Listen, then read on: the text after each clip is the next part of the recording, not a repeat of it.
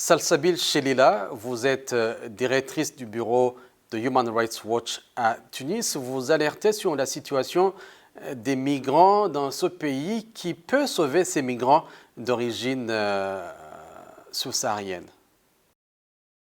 Aujourd'hui, c'est tout d'abord les autorités tunisiennes qui peuvent intervenir en permettant un accès à la zone militarisée dans laquelle ces migrants se trouvent, en permettant d'acheminer de l'aide, de leur porter assistance et par la suite de les relocaliser. Mais c'est aussi les pays dont ils sont ressortissants qui peuvent intervenir pour tenter de leur garantir une protection.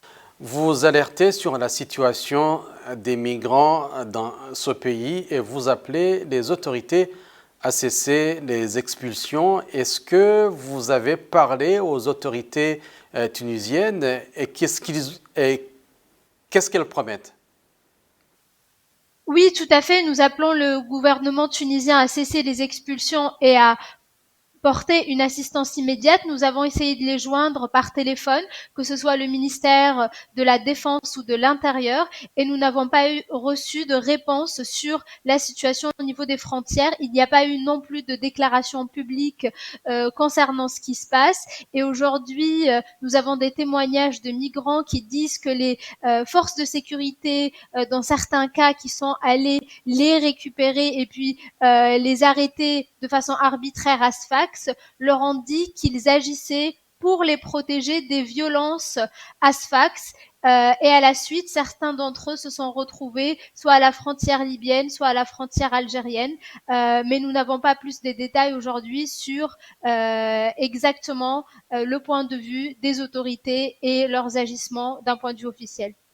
Y aurait-il un lien entre la situation qu'on voit aujourd'hui et le discours du président tunisien qu'on a entendu dernièrement?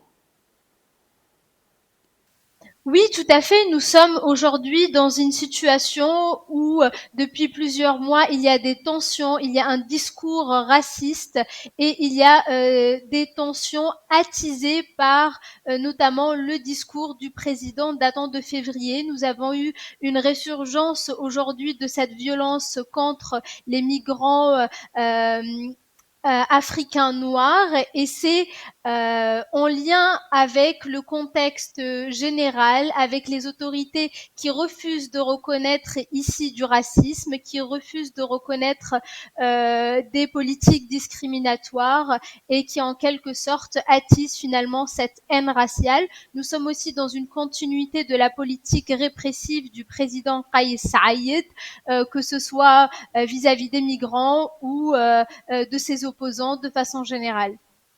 Il n'y a plus d'issue, il faut que ces migrants retournent chez eux, dans leur pays d'origine. Notre mission aujourd'hui, c'est vraiment d'alerter sur la situation et sur l'urgence. Nous avons des gens qui sont blessés, qui n'ont pas d'accès à de la nourriture, à de l'eau, et c'est vraiment de pouvoir débloquer cette situation-là pour qu'ils puissent recevoir une assistance. Merci.